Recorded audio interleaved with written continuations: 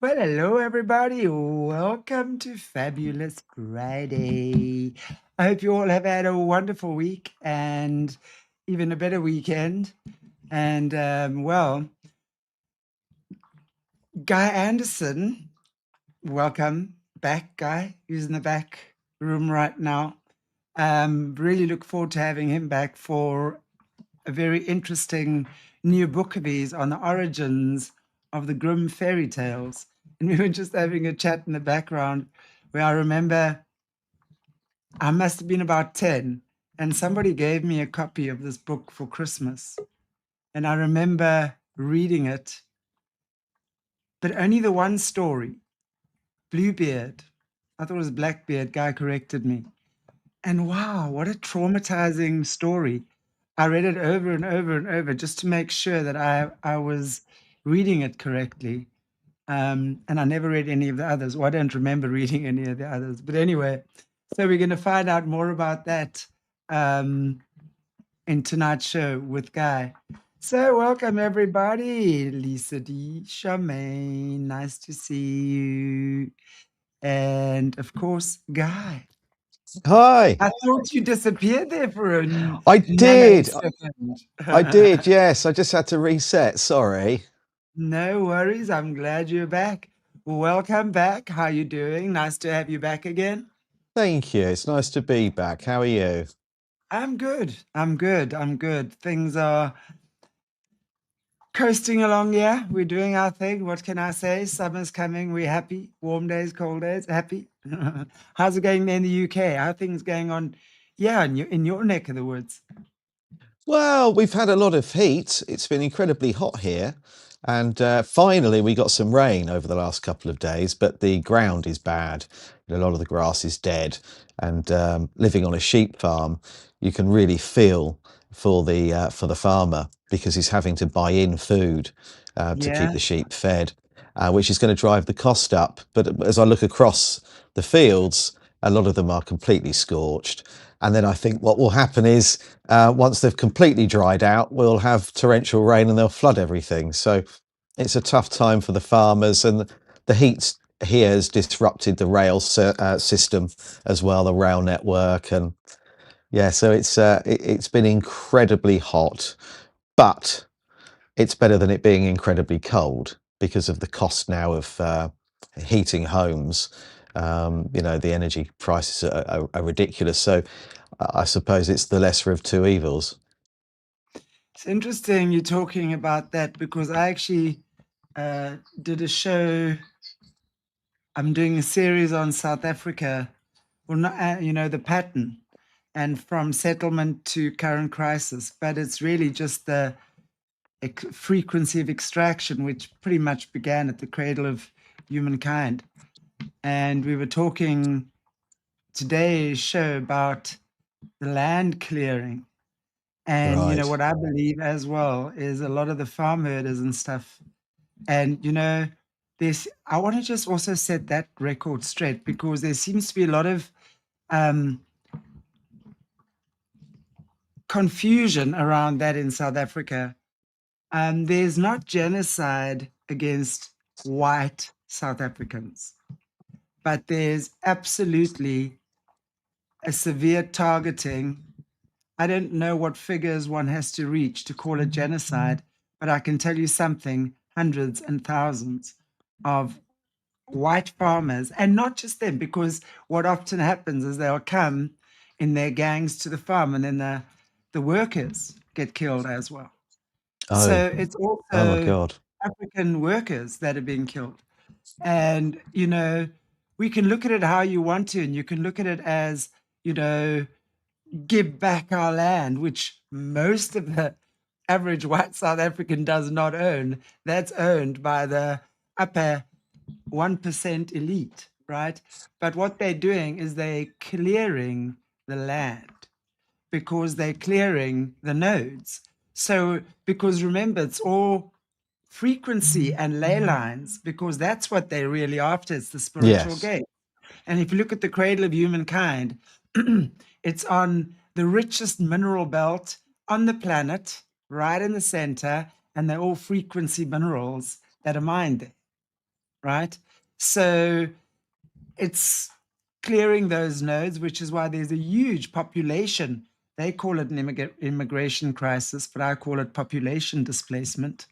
So lots of confusion going on because they're literally clearing the nodes because for whatever reason, they need to operate there with Yeah. their fake frequencies.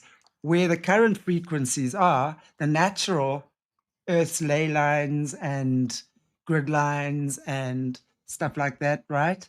So they have to clear those nodes because that's where they have to produce the most resistance or control over those areas.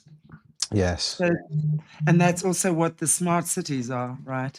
Yeah. And sorry, and what I wanted to say as well, so it is a targeting on the farmers, and especially if you're looking at the farmers, it's they've got the land, more space because of course they farm. So that's the land that they need to clear mostly. And that's how they started. Yeah, and like Lahaina, Laureen. Yeah, it's the same thing Yeah. happening It's all happening. over. And It is. Yeah. But Bill Gates now is now a considerable landowner of farmland, at least here in the UK. So not only has he swallowed up quite a large amount of farmland in America, but he's doing it here too. And of course, he's not going to be growing anything, is he? well, I saw in a recent article, maybe not more than 2 months ago, that he's actually bought up mines in Zambia now. You know, just when Burkina Faso is getting rid of all of that because Burkina Faso kicked out France, America, the UK, everyone is out. It's all Africa. They've got China in there now. And China has put in 24-hour surveillance, by the way. And then the next thing, 6 months later, you're seeing that Bill Gates is buying up mines in Zambia. Now, Zambia is also, I mean, that's the copper belt. And copper is the greatest conductor mineral, right? Yes. We Yes. have to look at that. So we've got to see what these guys are doing. It's, gone are the days that they targeting, we look at uh, um, the psyops that are created to make us look in a certain way, and especially the psyops about Africa, that Africa, stupid people, really what they want, they're trying to get rid of the people, the ancestors who Yes. remember who we are. Yes. So this is why South Africa specifically is being targeted so heavily. And what's happening now is we're being isolated from the rest of Africa because of this whole immigration, Abahambe movement. Abahambe in Zulu is go home. Makwera kwera is a very derogatory word for a foreigner. So that's what, so they've, I mean, and the rest of Africa has turned on South Africa in a massive way. So we being isolated, and what is the excuse they're bringing in? Digital IDs, 24-hour surveillance, Of and course. of course, full control. So we've stepped right in. But, and of course, they had to do South Africa first. That's why South Africa was colonized to begin with, because the frequency of the node at cradle of humankind, they always knew it was there.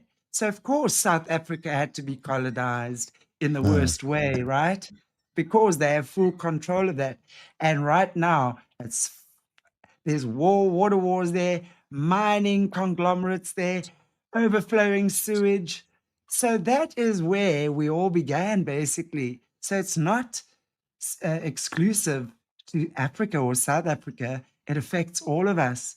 And if we look again at the ley lines and the nodes and everything that is being cleared through population displacement, which they call immigration crises, right? We've got to see what they're doing globally and not get caught up with these freaking psyops. Man, ha! Right? Absolutely. And you can just see it. You can sit back and see exactly what they're doing. Yeah, absolutely. It's a template they follow, and it's It an is. extraction. It's an extraction template. Mm. And I Yeah, spoke it about is. also, Frida Mutwe spoke about the Shatauri, right, which is the lizard beings of Africa. But before the humans were here, that patterning was there, right? The frequency was there, the extraction already. And they knew exactly. And it's like the Shatari came down and mated with human women to create a slave species. It's exactly all over the world that we're seeing that. But the Yes. pattern began here. So they've flipped the whole thing on Africa, made it seem like this ignorant bunch of imbeciles that live here, right? But these are the people who remember. But they've created so much chaos here that a lot of which is why there's so much anger, and a lot of the youth, right, are super angry. And that memory of who they are and their roots is being turned around and turned into destructive flames, which is what they bank on, right? Instead of burning their field of bullshit, we're burning ours, right? Yeah. So it's I like interesting. that. Yeah. That's a Yeah, nice, yeah, that's a good analogy. I tell you, and it's, as I said, it's not just here, but I believe it started here. And that's why I Mm, put out that series. So if you guys haven't watched it, please do. It's very interesting. mm. And a It's lot of like the research on template. it. Mm, Yeah, for sure. And when we mm. see how, and then we come to the full circle, I'm still getting there. I think we did 7 weeks today. But it's cool. So it's interesting times, isn't it? Frightening as well. Very. This is what I'm saying, it's so subtle. And it's not in a Yes. slave way anymore, like gathering people on ships and, done like, of course, there's labor. And of course, all of that kind of thing is now done through the tunneling systems, but it's harvesting on a very different level. It's harvesting Mm, our emotions, our consciousness, our yeah. everything, and it's distorting the memory of who we are. And of course, everything on a physical level as well, the body, Mm, because we are now groomed to forget that we are frequency beings, and we choose the frequency that actually we choose to tune into. That's our greatest power, and that's exactly what they've tried so hard to distract us from. yeah, they've disconnected us.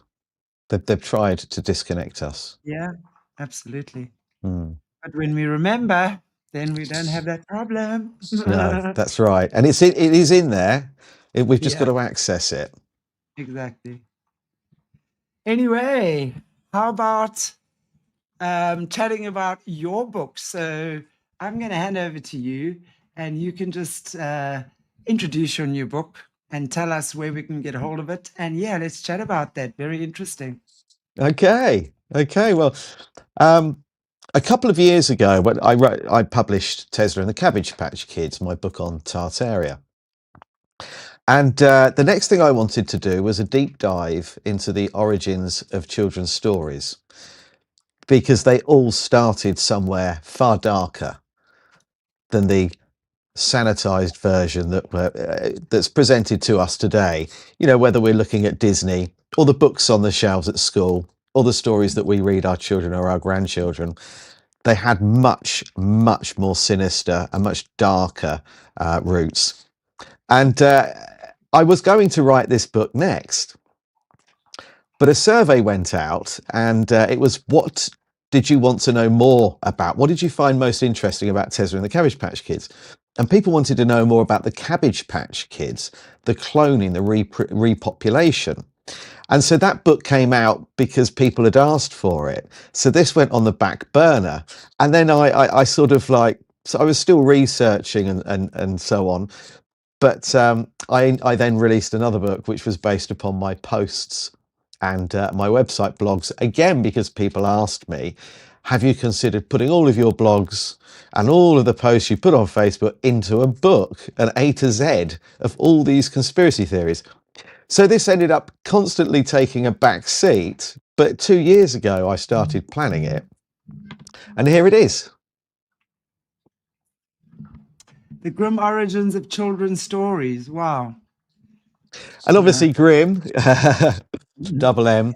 So Yes. yeah, it's something that I just find fascinating because we all grew up with these stories, and then we've read them to our children. And I said earlier on, and our grandchildren, and and carers have read them to children, and friends, have read them to children. So what we present to these children, if people had any idea how dark they actually are, and there are still underlying tones of that within the modern adaptations, I'm not sure if we would read them. So yeah, I just find it I find it really really interesting that, and unusual too, that what is essentially horror stories, and are many based on true events, have actually been turned into children's stories. I mean, Yeah. it just doesn't make any logical sense, does it, that you would do that? But Right. here we are. Um, and yes, so you can get it from my website. You can get signed copies from my website, which is thetartarianempire.co.uk. And it's also on Amazon. And on Amazon, you can get it in Kindle as well. But there'll be an audio book coming soon. The narrator's started on that, and I use the same narrator for all of my books. And then I've got No. continuity, and I just like he's got these cliffhanger moments, and I just really enjoy them. So Okay. yeah, so it's Max Palissy. So yeah, so it's all of the popular children's stories. There are 27 chapters, and Cinderella, Pied Piper, Sleeping Beauty, Rapunzel. Um, that they're all in here, but there are a couple that. One that we were talking about before we went live, which is Bluebeard, and the other one, which is quite sad, really, is the Ugly Duckling. And that one for me, I find that a story that we can all, once you understand where it came from and who it's actually about, it's something that we can all relate to. So yes, they are. Even Cinderella. I mean, that one's quite shocking, the origins of that. But they all are, frankly. Most people know about the Pied Piper of Hamelin. Most people know about the event where the children did go missing. It's well documented. And some of them are serving really as morals and warnings to children to stay on the straight and narrow and to do what they're told, because there are consequences for your actions if you don't. So yeah, good fun, but this is kind of dark. Yeah, that's the only way to describe it, really. So, in your research, can you give us, I mean, without, I know, giving away too much of your book, and I understand that, but maybe what have you found that you can share with us in terms of what these origins are? Well, most of them are medieval stories from Europe. That's where the Right. majority of them start out. But some of them go back a little bit earlier than that. But the Pied Piper of Hamelin would be a good example of one that people can very easily trace the origins of, to the town of Hamelin. Um, the street where the children went missing from, they still don't play music in that particular street, out of respect. And they never, and nobody ever really found out what happened to the children. So that one's interesting because it's left wide open. Um, but there are rumours that the bodies of children were discovered relatively recently. But I would So, say the Ugly Duckling was the one for me. I didn't fully understand the true purpose of that story and what it actually represented until I started digging. so I mean, if we just look at the Pied Piper for a minute, it's obviously missing kids, and for me, it would be relating to that. Was that Could they be based on actual events? The Pied Piper of Hamelin is. That is, yeah, it Right. happened in 1284 in Lower Saxony, Right. in the I was town of gonna, Hamelin. Yeah, that's it's well documented that actually took place, and they still to this day don't know why the children went, who took them, and why. They have well, no idea. what's your theory on that? Because if we look, for example, okay, a man dressed from what all the depictions I've seen, interesting clothes, right? Mm. Playing a flute, right? So hypnotized with music.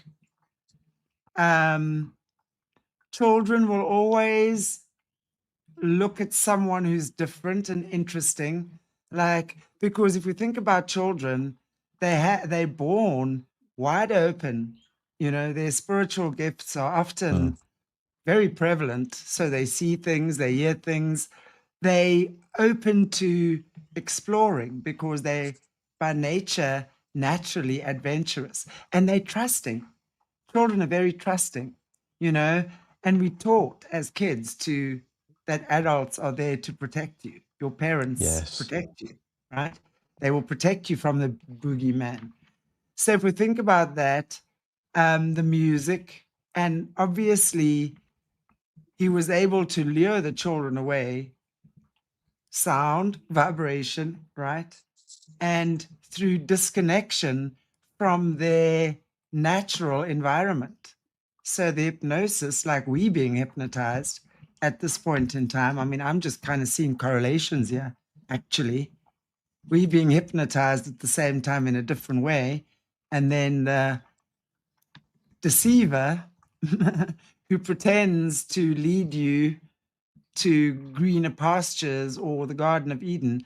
And for me, that would almost be like, did they go through a portal?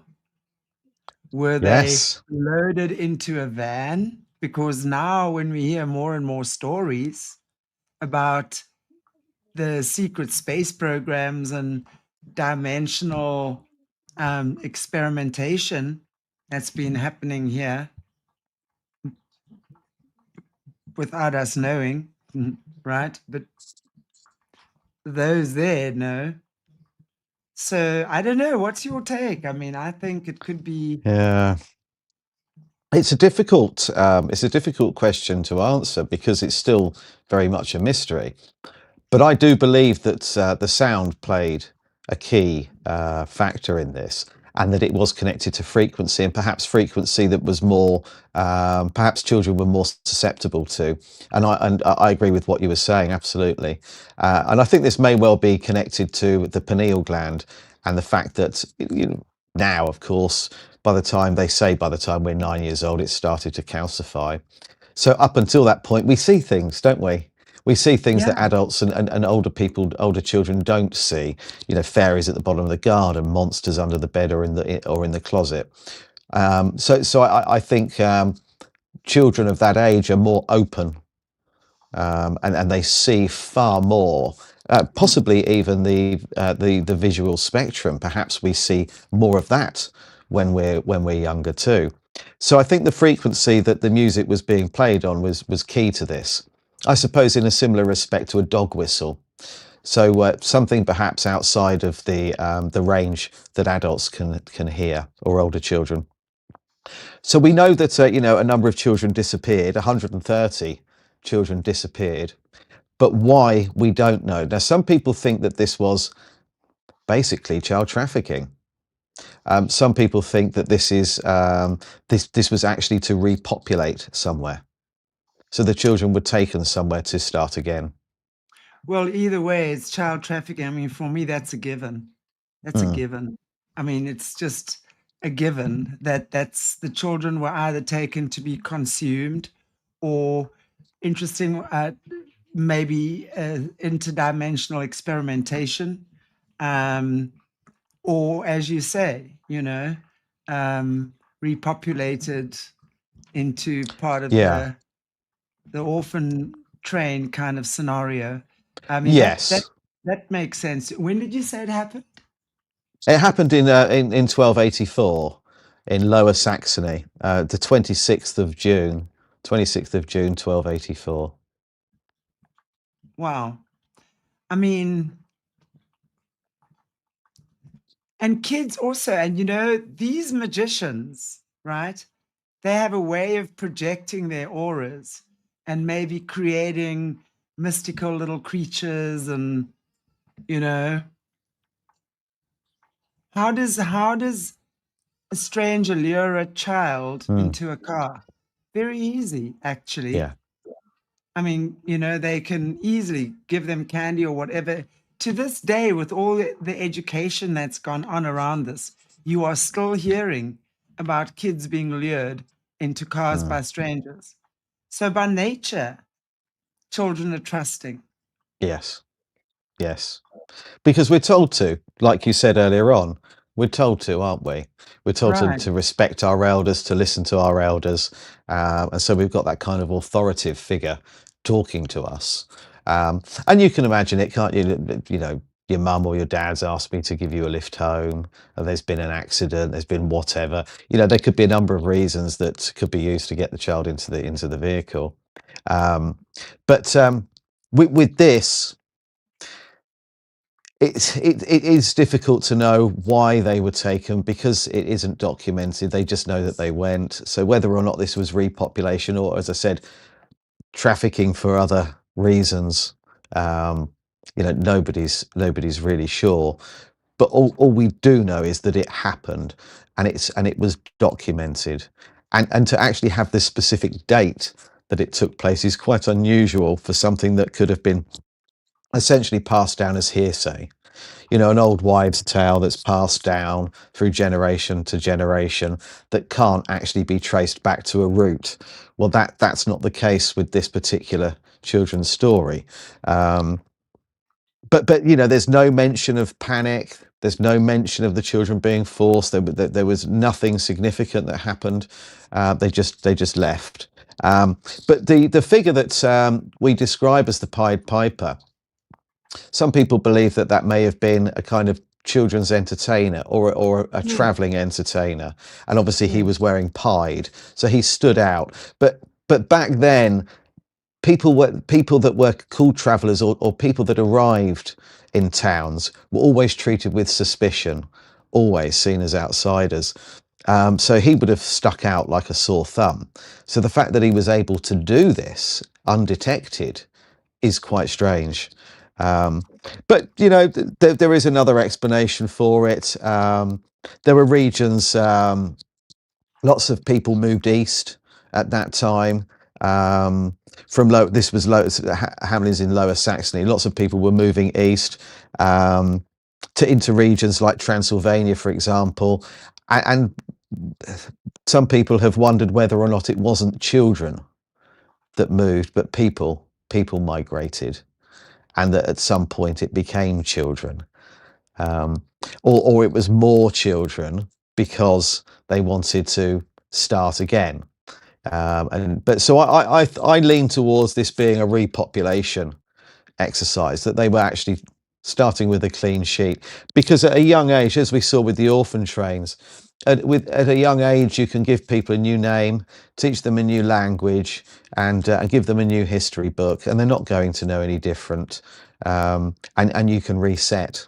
So I kind of lean towards that being the case. But as I said, people have recently claimed that they found the bodies of 130 children in the area, but I've not found anything to substantiate that. But that's a long time ago. So Yeah. those bodies would have been mummified or by now probably just about dust. Dust. So Yeah.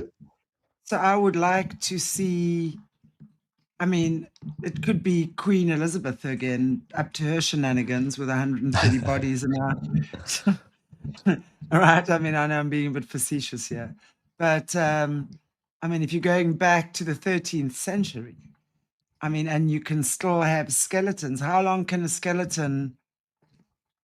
or a skeleton actually last for? I don't Oh even know that. crikey, I don't know. No, a long time. I mean, look at the catacombs. But those were really mummified, though, weren't they? or was it In the just bone? no, Yeah, catacombs are just bones. Yeah, yeah, right. and we found examples of very very old skulls all over the world. The ones that particularly fascinate me are the elongated skulls, which they find places like Peru quite often. Um, so yeah, I don't know how long it takes for one to actually completely break down, but I think we've got quite some time before that happens. Quite some time. Well, it would make sense, if there was an entertainer, if he was dressed like an entertainer, maybe he was someone's, I don't know, a circus, a traveling circus, who knows? An entertainer for a children's party Mm, that came, and you know what kids are like? Okay, come kids, let's go around the block. Follow me. And then as kids are running, the other kids on the street are coming. Oh, wow. They're hypnotized and it's happy, it's joyful. He's yeah. singing, he's dancing. That to me is definitely was some type of uh, influence, obviously, that was there to lure the children to Well, their death. But if they found the bones for it, right? I mean, I want to allegedly. Hmm. yeah, I was gonna say, yeah. I wanna verify that, and I wanna make sure that we're not thinking in that picking up someone else's bones. Well, there was something else that happened that was a little bit strange that's loosely connected with this. And this happened in 1237. And this is called dancing. They called it dancing fever. Same area, same part of the world. Dancing fever, 1237. And that was a group of children that just started randomly jumping and dancing.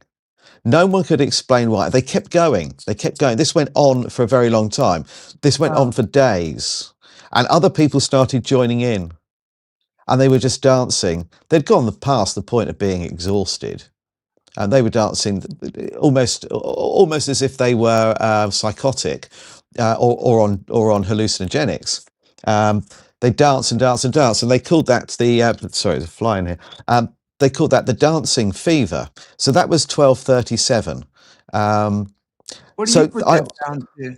What is I your think take? that might be connected to the same thing. I Right. think that might have been some kind of experiment with frequency. What could they Yeah. get children to do? So I think it might be, yeah, perhaps the first attempt at it, or one of many. I don't know, but it's the only. But that is well documented. Dancing fever. They called it a kind of a phenomenon, like a mania, So and did that was anyone 12. die? Did anyone die from Yeah. exhaustion? Yes, they did. Yeah. Yeah, they did. And it was strange because it started off with children, but then it became adults started joining in as well, and people were collapsing. But they were dancing for this went on for days, and no one could explain why it was happening, of what was causing it.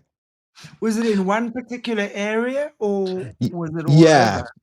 yeah. They were traveling. I've got some notes somewhere on this. Wow, I've never heard of that. I've never heard of that. Erfurt, Erfurt. So again, Germany, Erfurt. They were travelling from there, and they travelled from there to another town. I haven't got a note of the other town, but they were travelling from there, from Erfurt, and they started dancing while they were travelling, and it just kept going and going and going. Um, and they couldn't How find an annoying. explanation for it. Some people said that this was connected to the Black Death, that these children were infected, and part of that had caused them to kind of I suppose become psychotic, and start dancing. But that wasn't the case. They What's Black displayed no. Death? But the plague. Okay, so that's the plague. How can that Yeah. be connected? I mean, I'm trying to understand. Exactly, and but that's what people, it was an attempt later on to try and explain how this could have happened. Their children must have been infected. What was going around at the time? Well, it must have been some weird strain of, the plague, the Black Death. That's what caused this, but it wasn't, because they weren't displaying any symptoms of that. So this looks more like, again, this was frequency related. So I Totally. think that that's what this is about. I think the Pied Piper of Hamelin and this particular dancing fever, I think that they are connected to frequency that children can pick up that we can't. Was there music with the dancing? Does it say anything? I mean, No, it's interesting because so no music. no music, but that doesn't mean the children couldn't hear it. Couldn't hear it, I was gonna say. Obviously, they were hearing something. Yes. And the interesting thing about that then is if it started with the kids and then it was transferred into the adults, did Yeah. the adults actually start hearing it as well? Or were they just caught up in the frenzy of what was going on? And that's interesting because they've obviously been using children as guinea pigs for the longest Yeah. time to Well, see yeah, how, they you have. know, how they can use children and how a Mm, child's energy affects an adult in this mm, particular case. Or mm. how, in that case, how an adult can cast or spell cast over a child, for example, Pied Piper, right? Because for me, it's almost like a no-brainer that there was sound, hypnosis, calling of something. Whoever was doing that was extremely skilled at knowing what they were doing. They would have had to know frequency very well in Mm. order to pull that off. You know, I'm sure they must have practiced for a long time and practiced on a Yeah. lot of other things as well in order to pull that off.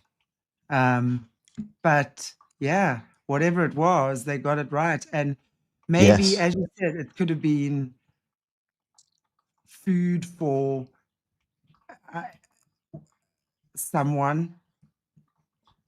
Pedophiles, they've been around for the longest time, and cannibals Yes. and things. Yes, there Or is did they that. go through a portal?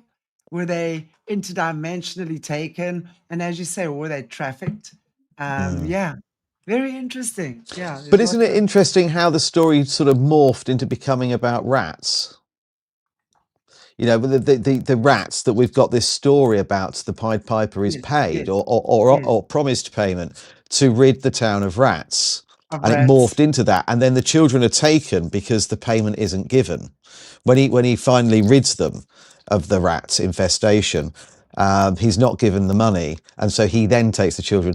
And it's sort of that story Wow, morphed into I forgot the about rats, that. but that does not that was not in the original story.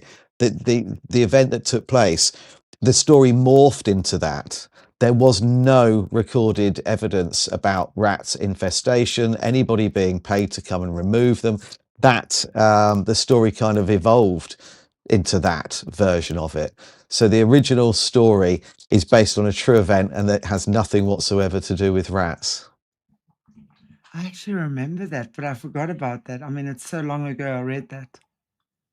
Weird though, isn't Wow. it? Why that was Yeah. introduced? You know, And why did rats, they? because Mm, it's interesting. It's like, because often you hear them speak about us humans as vermin, which yes. is rats. So I'm wondering who brought that in. So we'll take the rats anyway. Yes. And Yeah. rugrats, how often do we hear babies? I've often heard people, Rugrats. little Mm, rugrats, little babies when they start crawling, talking about yeah. them as rugrats. No, man, this is freaky. You Yeah. know, we understand there's so many different dimensions that they actually deal with here. So, and the language they speak is very interesting. Wow.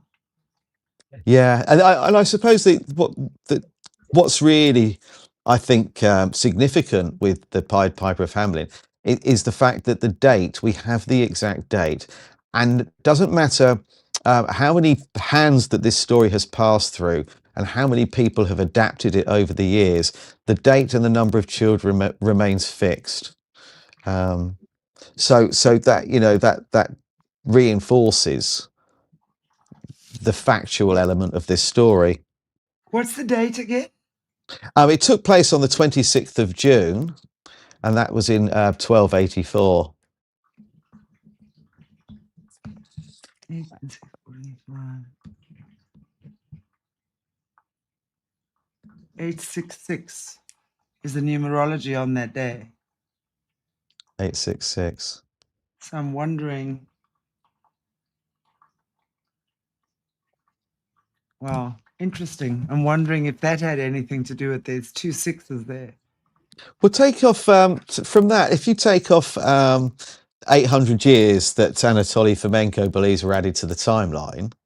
So if we take off 800, we've got 484. And what does 484 give us? 7. 7. Yeah. Does that represent anything to you? Do you? 7 is a very highly regarded spiritual number, actually. And of course, I would imagine that the negative forces would be inverting that as well, as they always invert everything. Yeah. So they could well have used it in that day, right? Mm. Because 7 is aligned to spiritual seeker, the spiritual seeker. Right. Interesting. Hmm. Yeah, so that's a good one, but because that's one that people can go and find out for themselves. You know, they can actually go and dig into that, and then they'll see the pattern with the dancing mania, the dancing fever, because that's well documented. You know, these aren't sort of conspiracy theories or rumors. These are actual events that took place, so people can have a bit of a dive into that. But from what you were saying earlier on, Bluebeard was the one for you that you found quite I mean, I could not believe. disturbing. I remember as a child, I was severely disturbed, and it's been imprinted in my mind ever since. Okay, so maybe can you take us through the story of Bluebeard and what your take is on that? Yeah, yeah. So this is an old story, actually, from 1697. That's when it was. That's when the first written version appeared, and this was Charles Perrault, who was a French writer. And the brothers Grimm are associated with it, as they are with most of these children's stories, but they never claim to have written them. They just adapted them from older stories that were being often started off being passed on orally. But Charles Perrault was the first person to literally put pen to paper. So yes, 1697 is the first time that's actually documented and written down anywhere. And it's the story of a very wealthy man called Bluebeard, and he marries his new young bride, and he gives her the keys to his home. And that's more than just the front door key, because there are lots of rooms within this house, and some of them are to remain locked at all times. So she's now got the entire set of keys for everywhere. And he says that there's one restriction. There's one place that's off limits. There's a chamber that she's not allowed to enter under any circumstances. Well, one day, and he is incidentally substantially older than her, and there was reluctance initially to marry him. But he was wealthy and she was encouraged to do so. So eventually she decides that she will marry him, and she's coerced, frankly. So one day he goes out, and he's going to be gone some time, and I suppose curiosity gets the better of her, and she decides to go and look in the one chamber that she was warned never to enter, and she promised not to go in there. She unlocks the door and goes in, and inside are the bodies of all of his previous wives piled up. We don't know the number. We don't know the number, but it was significant. So the room is completely full of bodies of women. Now, this is where it sort of turns into legend. She obviously panics. She closes the door, locks it behind her, but there is blood on the key. And it doesn't matter how much she tries, she can't remove the blood from the key. Now, when he gets back home and he takes the keys from her, he sees that the blood is on the key, and he knows that she's been inside the room. Now, my guess is that that maybe she dropped the keys, that she somehow got blood onto the keys, and that the blood wasn't magic. It wasn't that she, no matter what she did, it just reappeared. I just think she couldn't get it all off. Or he came back just as she had locked the door and hadn't had time to clean the key. So I think something there has been lost, maybe in translation, or over the years we've lost elements of it.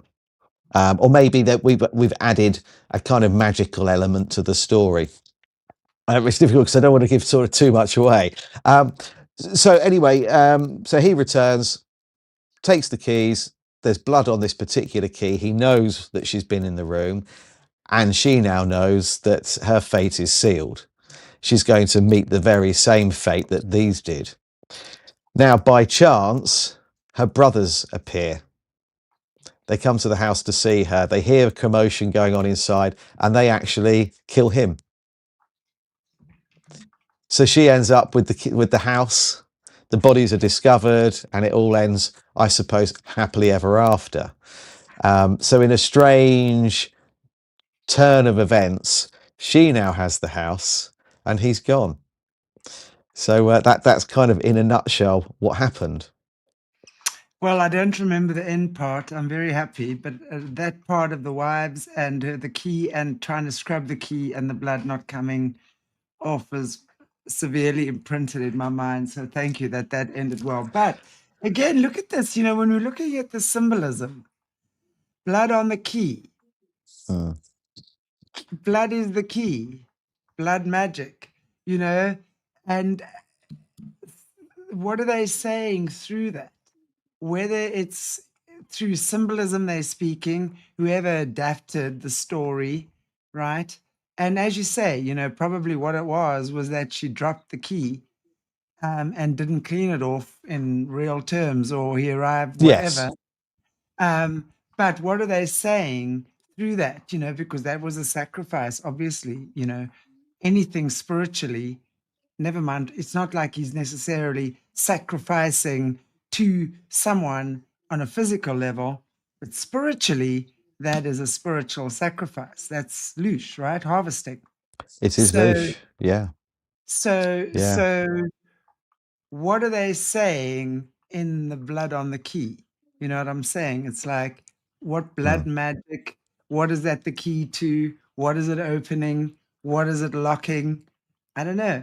To me, there would be people that maybe read that story and it's a key to something for them. Yes. Who knows?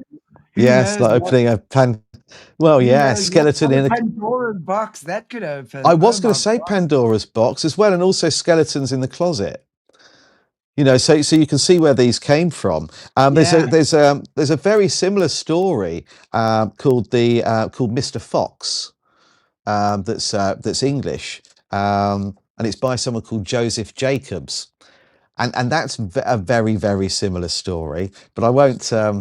I won't give. I don't want to give too much of it away. But so yeah. So there are echoes of this same story. But essentially, what we're talking about with Bluebeard is a serial killer.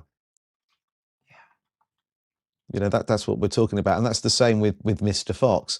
But with this one, obviously, she she doesn't die. He does.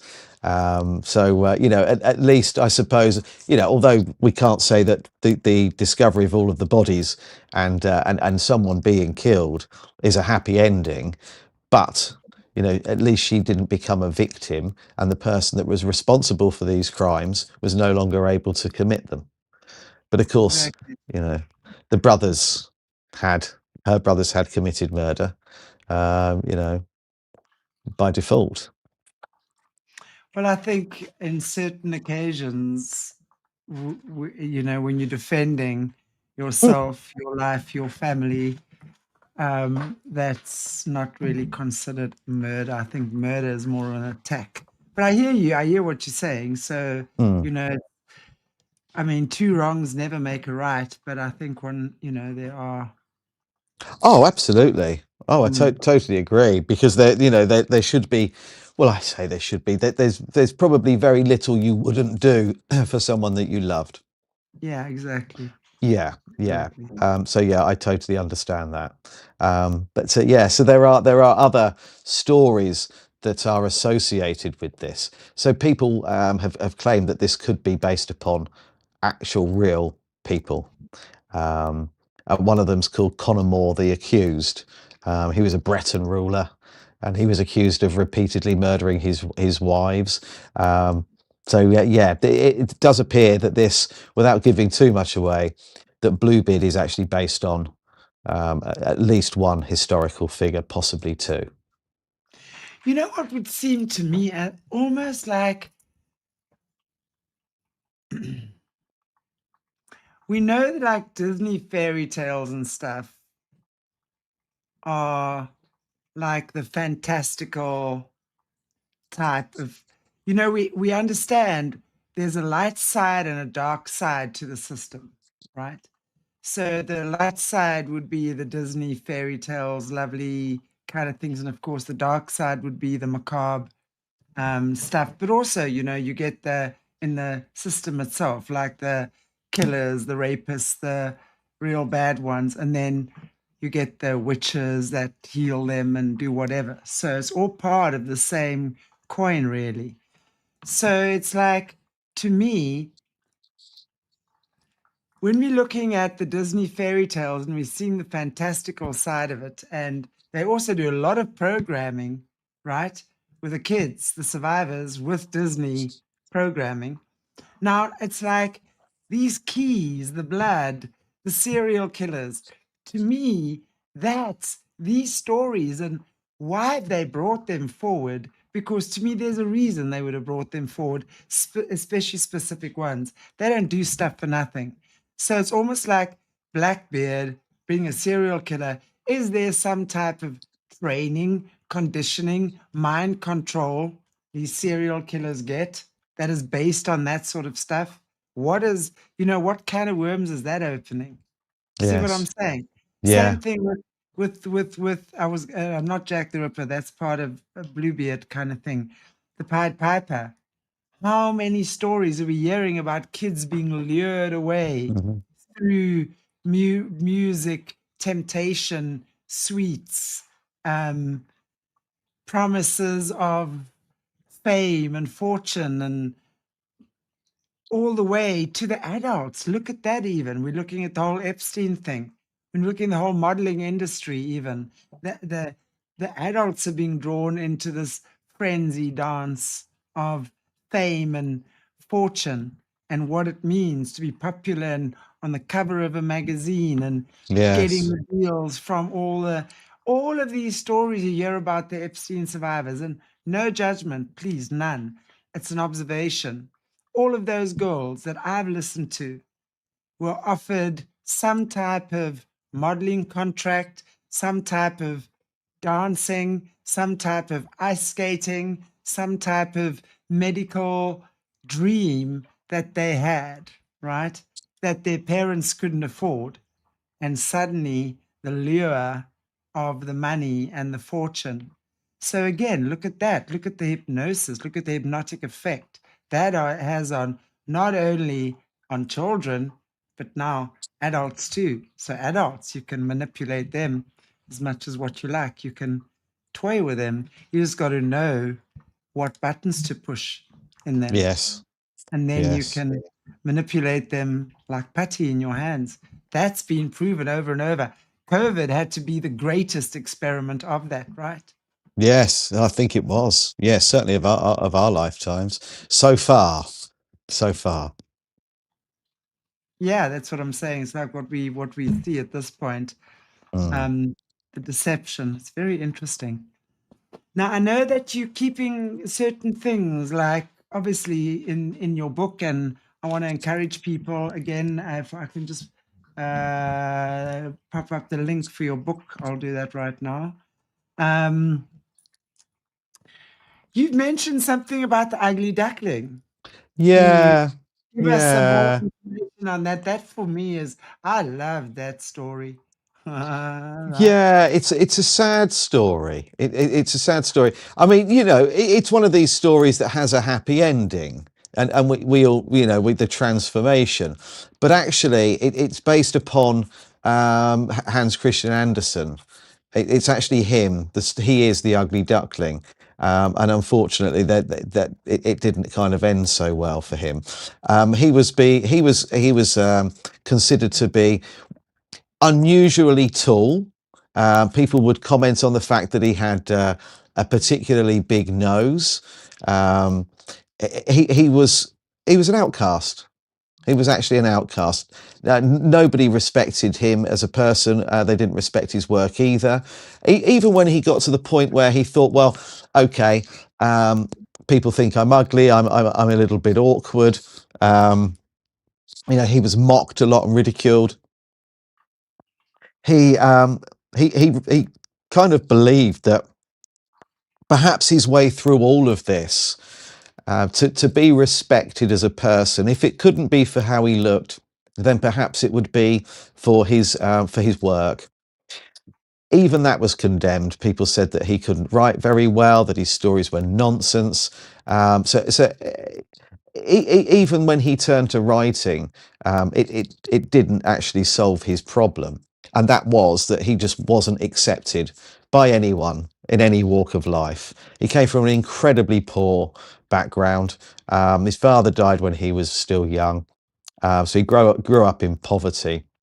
His mother was a washerwoman, and they had literally nothing. And so the story of the ugly duckling is him. He wrote it about himself, and he believed that once he became a successful writer, that he would be transformed and people would respect and admire him across the land. But it didn't happen. It never happened. And even when his work finally became popular, he was still shunned, and people still referred to him as being ugly, commenting on the size of his nose. I'm not sure exactly how tall he was, but he was considered to be unusually tall, whatever that means. So yeah, so it's one of those stories that doesn't have a happy ending. And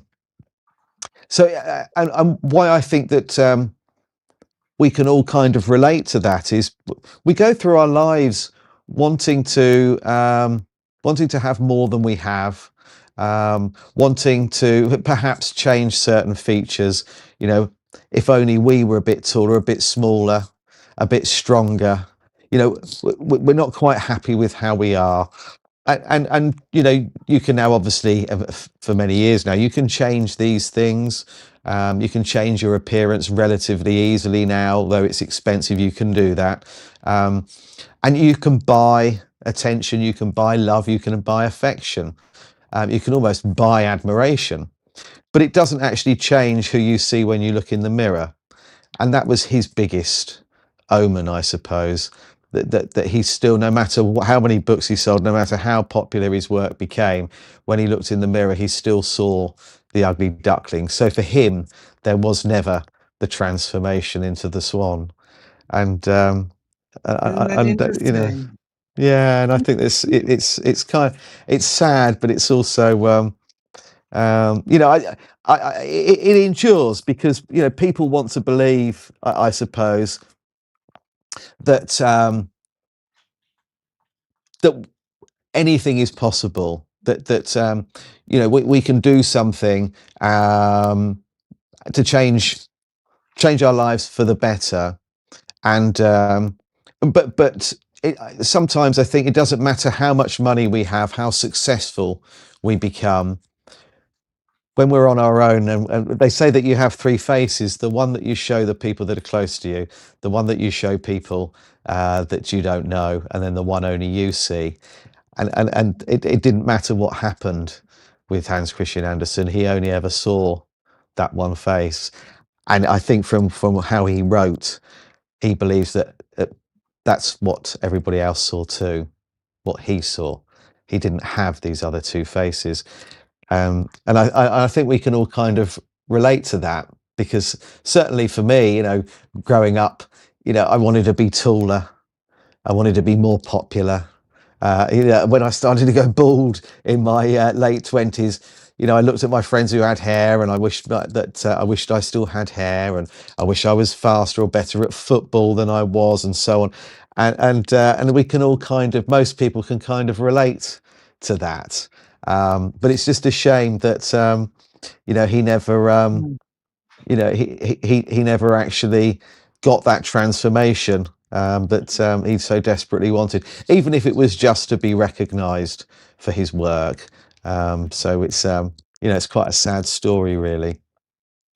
I think that for me is just really, it's about beauty being in the eye of the beholder. And Absolutely. it's really how you see yourself, as you say, at the end of the day. And, you know, once we see who we really are, as opposed to what we look like in the mirror, that's where the transformation occurs. So, you know, Absolutely right. Yeah. we And then we start don't do that seeing, enough, do we? no, We don't do that enough. We look at everything that's wrong.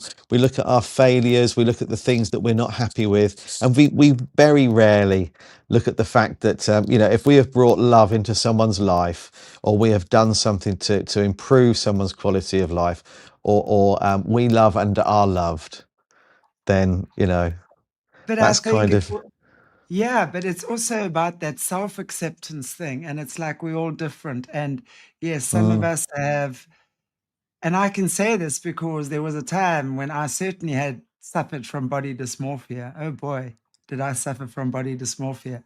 So I know that feeling of having to look at yourself and feel repelled by everything you've seen.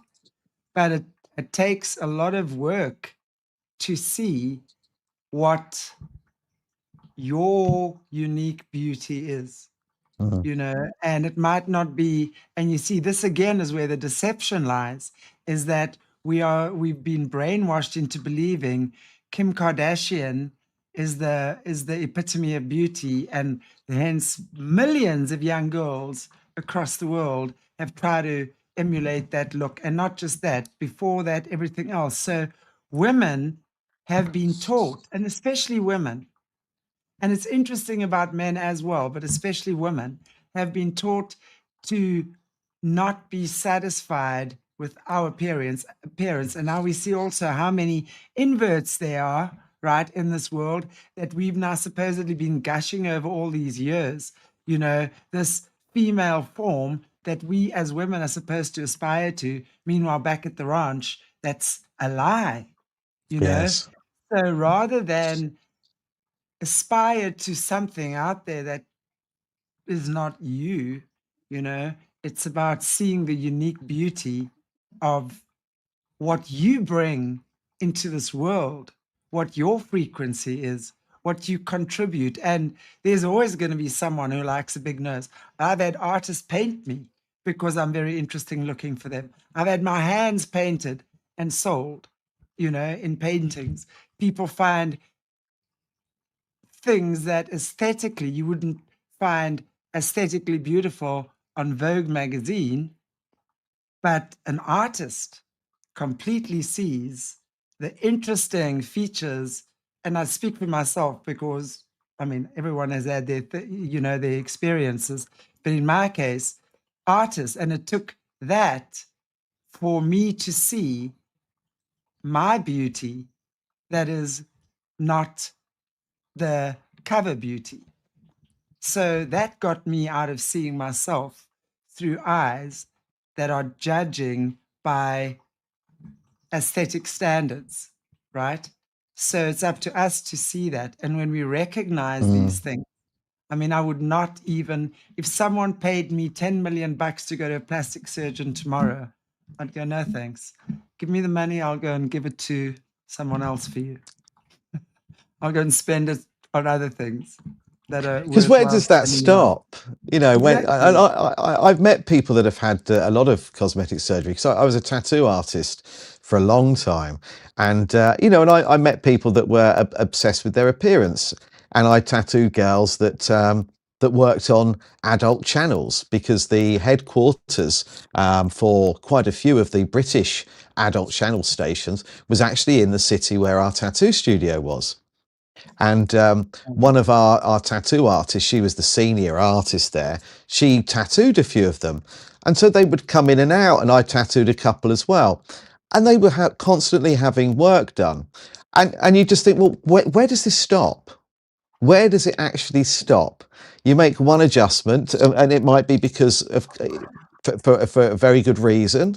They might not be happy with something, and then they change something else, and they change something else, and then they were having their boobs, the size increased, then increased again. And more, and it doesn't stop, and you've got to It keep doesn't pumping stop.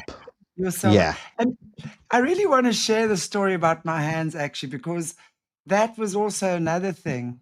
You know, my father was 6'6", so I'm tall, and yes, for a woman, I do have larger hands.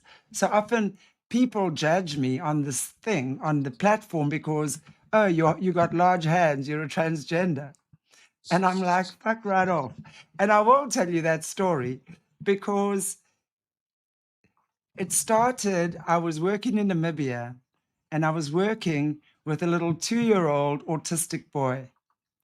And I had him on my hip, and we were walking around the garden. And my friend called me at the time, and she said to me, a friend of hers, she was with him in Cape Town, and he was literally on death's bed in the hospital, right? And he had he had a blood disease, and he was pretty much on his way out. And she just got the urge to call me at that time. And I spoke with her, and I spoke to him on the phone. I literally spoke to him on the phone for an hour. And through that conversation, he chose to live. And with that, within days, weeks, he was clear. I then met him years later in Cape Town with her. And he was absolutely fascinated by my hands. He said to me, "You've got the most beautiful hands I've ever seen." And I said, "Yeah, they're healing hands, you know." So he said to me, and he asked her to take photographs of my hands. And he painted them. And they were sold to some Swiss doctor called Healing Hands.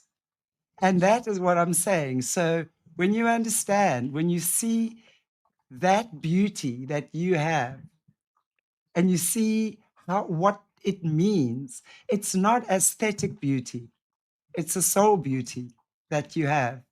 And so whenever people say stuff like that, it's like, whatever, knock yourself out, think what you want, doesn't matter to me. I know who I am, I know what I'm about. I've had enough experiences in life to show me who I am. And that is the beauty that I think we all aspire to. And some parts I wobble, as a healer and someone who's a pattern decoder. I've had to seriously decode my patterns, that's for sure. And, you get to see, you reveal the gold that is you. And if we are still covered in someone else's perception of what beauty is, you're screwed. You're screwed, because you can always try and hit the vanity market. I think some of the biggest, most successful companies on this planet right now must be companies that sell beauty products or something like that. They must be hugely successful because they are always capitalizing on especially women's fears, right? About not being pretty enough or thin enough or whatever. Men have their own set of fears. Men are very fragile beasts. I love men. They're very vulnerable. They often don't know how to express it. So they are always put up against each other, chasing ego. And I'm sure that's why they actually live shorter, less years than women, because there's so much stress put on a man to be an alpha, to be the leader. There's a lot of pressure around that. We all experience that in a different way to what women do, but it doesn't mean it's not happening. It's happening in both areas. So yeah, it's interesting that he wasn't able to see that yet. Look at it. Look now, I His work know. has lived on through the ages, and Mm, that's the beauty of who he was, right? yeah, Is that no matter yeah. whether you liked his work or not, whether you approved of it, oh boy, did it get tongues wagging. Did his Yes. appearance get people talking? Did it get his message through? Oh hell yeah. So what's the problem? You still Yeah. worried about your big nose? Yeah, yeah, exactly. No, you're absolutely right. If he It had seems any like it's idea so back then relevant. that, Yeah, if you had any idea, back then that, 150 years later, we would still be talking about him and reading his books and everybody would know his name, then you exactly. imagine the difference that would have made to his life. Yeah. But then we And it's might not have had the work that he produced. well, it's interesting how many artists, right? Not just poets or writers, but artists. Like, is it Van Gogh, I think, was one, um, Yes. who was only became famous long after their death. Mm, And, it's like the legend that lives on. mm. So I think we must all learn from that. We might not have the success we want right now in this moment, but that legend of what we create lives on, which is why it's important that we are happy with what we're putting out into the world, because Yes, yes. that's your legacy. It That's is your your legacy. legacy. Yeah, Yeah. you're absolutely right. Mhm. Yeah, great convo. I enjoyed that. Thank you. I'm not sure if there's anything Thank else you. still from your side that you want to share before we. No, no, I don't want to give too much more away, really. Yeah, of But course. yeah. Well, guys, rush off and get Guy's book because I'm going to wait for the audio book though, unless it's available in South Africa. These things are not available here. I keep saying when I've got to order a book from Amazon, it's like $50 just to post the thing. And because we don't have the books here, so it's on Kindle. I don't like reading on Kindle at all. I Mm. don't like it on my eyes. So I then just get the audiobook. So I'm going to wait for your audiobook. I'm looking forward to that. Yeah, it should be out end of next month, we hope. So not not Nice. too not too long now. Yeah, I look forward to that. Thank you, Thank Guy. you. Anything you want to You're say welcome. just as we're wrapping up? Yeah, I kind of say the same thing all the time because I think it's important. And that is that I don't think we've seen anything quite as severe as what's going on now with the division being caused between us as people. And I think that if we are ever going to stand a chance of removing these parasites, um, we're going to have to put aside our differences, agree to disagree, forget about our religious beliefs, whether or not we think it's a flat earth or a spinning globe, our sexuality, the color of our skin, our language. We now need to unite and just join with the one common goal that we share, and that is that we deserve better. This world can be a better place. We just need to remove the people that are running it. So I think now that unity is more important than ever before. We've got to stand together now and Absolutely. stop letting the system divide us. Absolutely. And I think, it's a great time where we've got to practice discernment. We really have to Hmm. apply discernment because there's a lot of, yeah, we always speak about this on other shows as well. There's a lot of noise out there. There's a lot Mm. of naysayers out there. There's a lot of nonsense people speak, a lot of crazy theory, whatever, you all know. In fact, the show I did this afternoon on South Africa speaks a lot to that, as that's all part of the harvest. They harvest our anger, they harvest our rage, they harvest our energy. Yes. Every time we doom scroll, it's part of the harvest. And we've Mm. just got to be aware that even if we start putting a freaking alarm clock on after half an hour, that you've got to remind yourself, get off this phone now. We've got to start Yes. doing stuff that are going to pull us back into who we are, into our connection with God Most High, right? And then join. And so we turn the tide when we're all moving together as one, Mm. not fighting each other and screaming at each other on keyboards and disagreeing about whether Trump was this and Melania was that. Like, get over that. Just get into who you are and what your purpose is here. And what difference can you make in this moment where you are in your community to move the tide in the direction that we all need? So yeah, thank you everybody. I appreciate Thank you. Yeah, Happy thank Friday. Yeah, I enjoy you being here, guys. Thank you for Thank hanging you. out with me on my Friday night date. Yeah, you were my Friday night date. I hope you all know. Okay, guys. Take care. God bless you all. And I will see you back on Monday. Until then, just be cool. Mwah. If this broke something open, if you recognized yourself in the testimony, if your body responded before your mind understood, the next step isn't more information. It's pattern work. Decode what your nervous system built to survive. Dismantle the story that keeps it running.